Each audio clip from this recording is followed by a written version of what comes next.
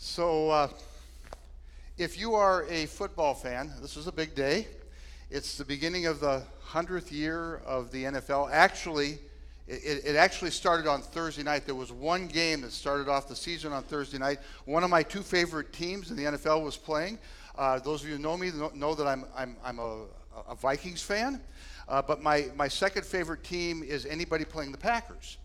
And and it happened to be, yes, Shelley, it happened to be the Bears. Unfortunately, the Bears were not up to the task. We watched the game. We watch all the Packers games, and we root for my second favorite team every single week. And of course, when it comes to the Vikings, this right now, right here, is the best time of the season to be a Vikings fan. Right? You know, I'm talking 3 hours before kickoff. Because it's been since 1961, they find more ways to disappoint us than I can possibly count. So 61, about 58 different reasons to disappoint us, and we're going on 59 now. And so it's a fun time of the year, though, because football it's kind of a family event for us as well. In fact, we're going to have family down for it this afternoon. So while I was working on this sermon, football theme, and I remembered a picture that I saw long ago, and I went hunting for this rather iconic photograph from the NFL. And would you please put that up? I found it. It was easy to find. Let's see if it'll come up here. There we go. Well, no, it's coming up. We have something going on with our screens, and so it's boom, boom, boom, boom. It's doing that thing, and we'll figure it out. So have any of you ever seen this photograph? A few people that are like my age or older, they'll say, yeah, I know exactly what this is. This is a picture of a guy by the name of Y.A. Tittle. He was, in the last 4 years of his career, he was the quarterback for the New York Giants. And this is his last season. This is 1964. The 3 years before, they made it to the championship game. They did not ever win a championship game, but Y.A. at the end of his career was like on top of his game. He really changed the game in so many ways. And so he was this sort of larger than life hero. And I want you to think about this. 1964, the NFL was a running game. I mean, back in the 50s and 60s when he played, not a lot of passing going on. 17 years, 33,000 yards, 248 touchdowns. He had a single-season record that stood for over 20 years of 36 touchdowns in an 11-game season. 7 touchdowns in one game, a record that still stands that he shares with a bunch of other quarterbacks. Nobody's done 8. Actually, I read it. I heard an interview with him. He said, I could have gotten 8 that day, but I decided I just didn't want to show off. You got to love a guy like this, right? And so, I mean, he changed the game. It became, in part because of Y.A. Tittle, it became the game that it is today because of his abilities to pass. And he was a Hall of Famer.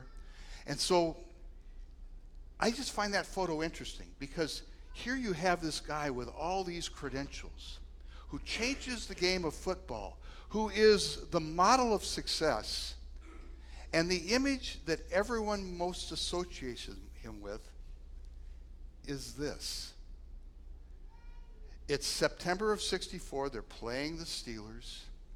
They're back up against their goal line, and Y.A. drops back to pass. And a guy by the name of Don Baker, big hulking guy, just absolutely drills him. He throws the ball. It goes up a few yards, and another of the Steelers picks off the ball, runs it in for a touchdown, and Y.A. is laying in the end zone. He has a cracked sternum. He has a concussion, and you can see the blood running down his face. He is in such bad shape that he can't fully get up for a long time. He's on his knees like this, and the photographer from Pittsburgh took that picture. And that's how we remember him. And I just think that the dichotomy is just so striking. On one hand, one of the greats of all time, and yet this is how he's remembered.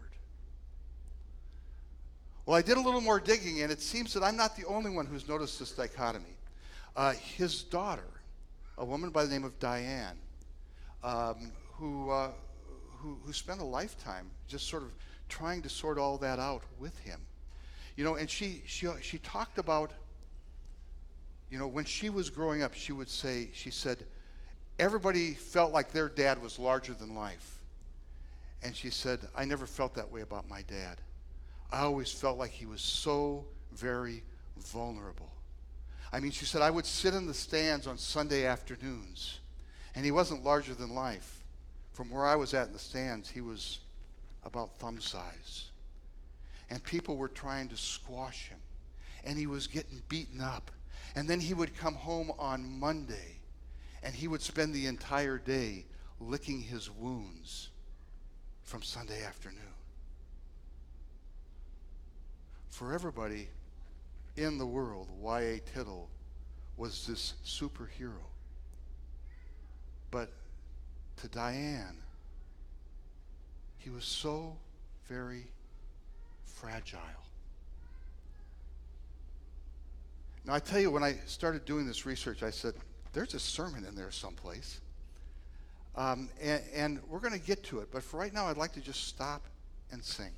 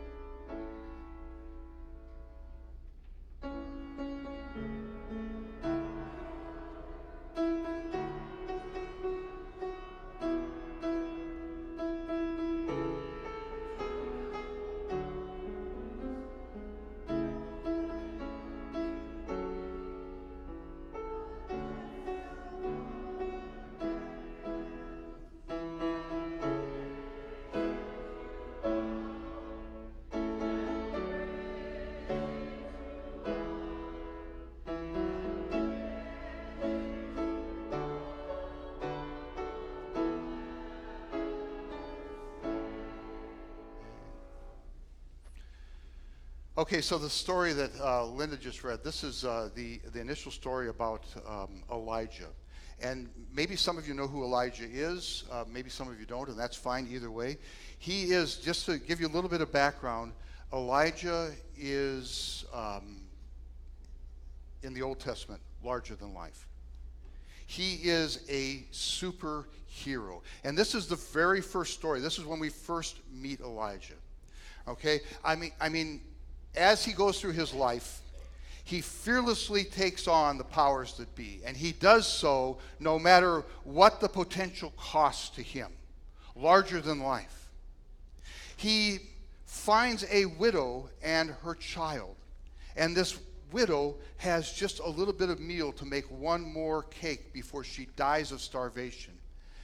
And Elijah stays with her and the child. And then through the miracle that he performs, there is always just enough meal for one more cake. She makes the cake, she bakes it, they eat it. They're hungry again. There's just enough meal. She bakes the cake. They eat it. They're hungry again, and on it goes. And then when the son dies, he revives her, larger than life. He is one of only two people in all of human history that does not die. There's Enoch in Genesis, and there's Elijah in the book of the Kings. And Elijah does not die. He's taken up into the whirlwind, by a whirlwind, up into heaven to be with God. He escapes what all of us will eventually know, and what everyone who came before us knew. One of only two. And then centuries later, when Jesus goes to the mountaintop and he meets God and God puts his blessing on Jesus, while he's there, he meets with two people from the past. Moses and guess who? Elijah. Yeah. The law, Moses, and the great prophet, Elijah. That's who Jesus meets with. Larger than life. He is the hero of Israel, and to this day, it stays that way. And then you read the story that Linda just read. And you get a very different picture. You really see the dichotomy in this story. It's so interesting. So what's happening here is there's a king, a new king in Israel. His name is Ahab, and his wife's name is Jezebel. And Ahab is evil, and Jezebel is just as evil.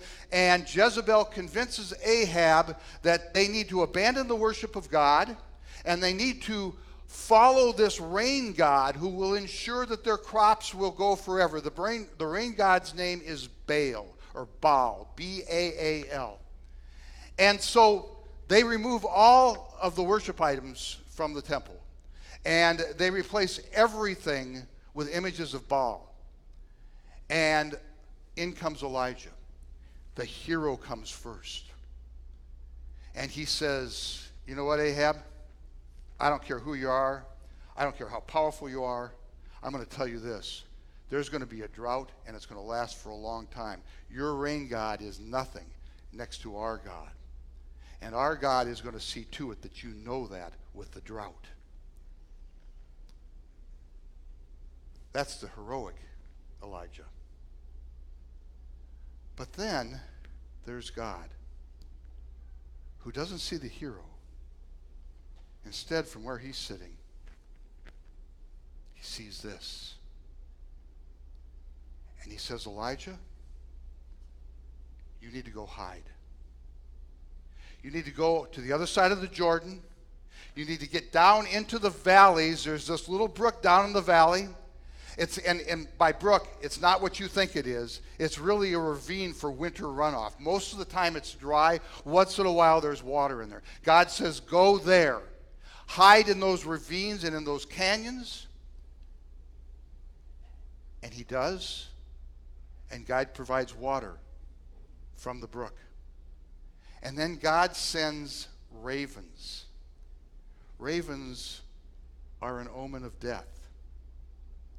And he sends the ravens with bread for Elijah to eat while he's hiding from the very real and dark powers that seek to destroy him. Isn't that interesting? I think I want to point this out.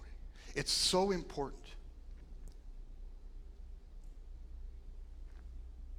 God doesn't come to the heroic Elijah, to the Elijah who boldly stands up and professes his faith. God comes to the Elijah who is weak, who is vulnerable, who is ready to be gobbled up and destroyed by earthly powers. He comes there, and he sees to it that Elijah is fed on the wings of darkness, and that Elijah has plenty to drink on a dried up old brook that carries winter runoff. That's where God comes. That's how God meets him. Not in the high places, not in the great places, but in the low valleys, in the trials, in the troubles, where he is most threatened.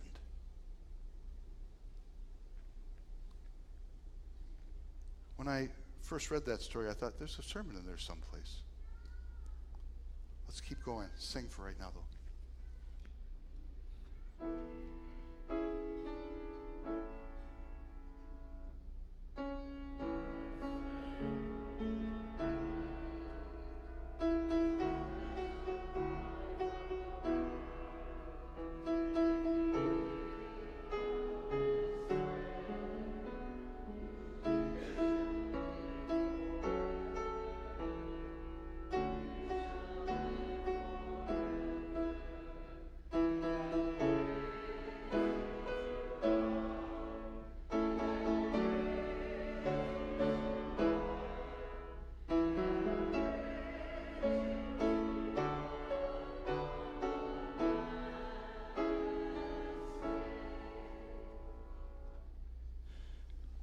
So it's decades later, and Y.A. Tittle is at the end of his life.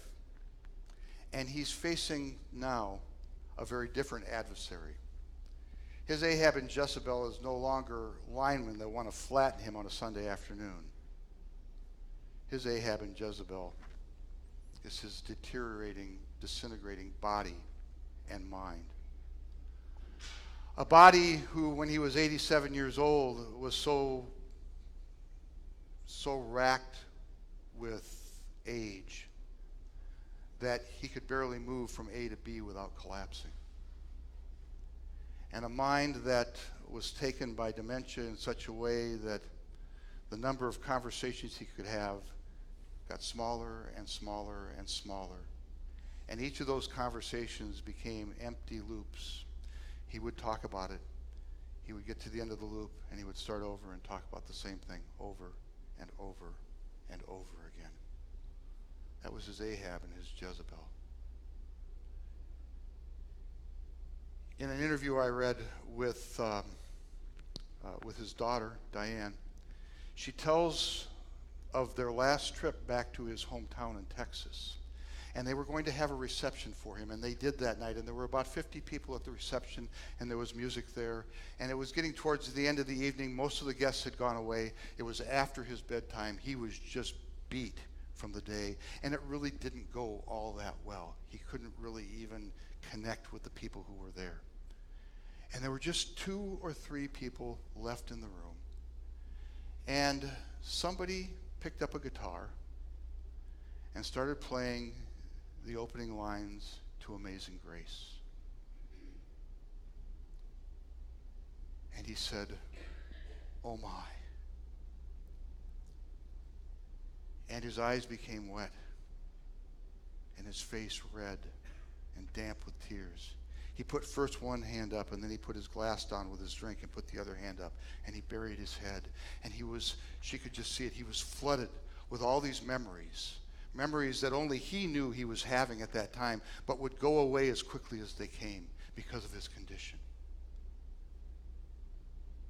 And then he started mouthing the words, "I once was lost, but now I'm found. Was blind, but now I see." Now, I don't know if Y.A. Tittle was an every Sunday Christian, but I do know this. It doesn't matter if he was. I do know this. Something from his past triggered. And God saw not the hero that everyone else saw. From where God stood, he saw Y.A. just like that. Weak and vulnerable. And he said, "Come with me to a hiding place, and I will bring you ravens who will feed you with the good things of the kingdom. And I will see to it that this dried up brook of a life that you are living will be filled with the water of life."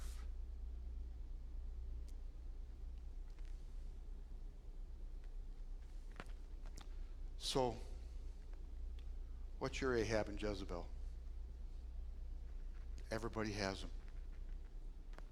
Everybody has these things in their lives that just don't go away.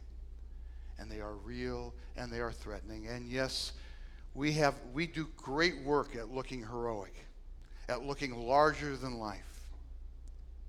Maybe it's sickness. Maybe it's aging. Maybe it's loss of memory. Maybe there are things out in front of you in the future that you just don't know how to deal with, and they just paralyze your every moment. Maybe you don't fit in, and you have this nagging suspicion that you're not as good as everyone else. Maybe you're being persecuted by somebody because of who you are or because of what you believe. There are 1,000,001 Ahabs out there, and the only thing that I know for sure is that everyone in this room has them. And God sees right through your hero status. And he looks at you like this. And he says, "Come with me, and I will feed you, and I will see to it that you have plenty to drink, and that you will never lack for the good things in heaven." very shortly we're going to participate in another Bible story. Not as old as the Elijah story, but in some ways even more powerful. It happened on the last night of Jesus' life, when he took bread and he took wine, and he gave it to his disciples and eat and drink. And I do not want you to miss this. This story does not happen while Jesus, the hero, is changing water into wine and healing the ill and walking on water and feeding the 5,000 with 5 loaves and 2 fish. No. It's happening as he is about to face his Ahab and Jezebel. This is my body given for you. This is my blood shed for you. He goes to that place of danger that is something that we all know intimately and personally. And there, on the dark wings of the cross, he stretches out his arms and he says, I will feed you. You will never be in want. For the wings of this raven is our path to life and feeding and peace and salvation. And for that we give God thanks and praise. Amen.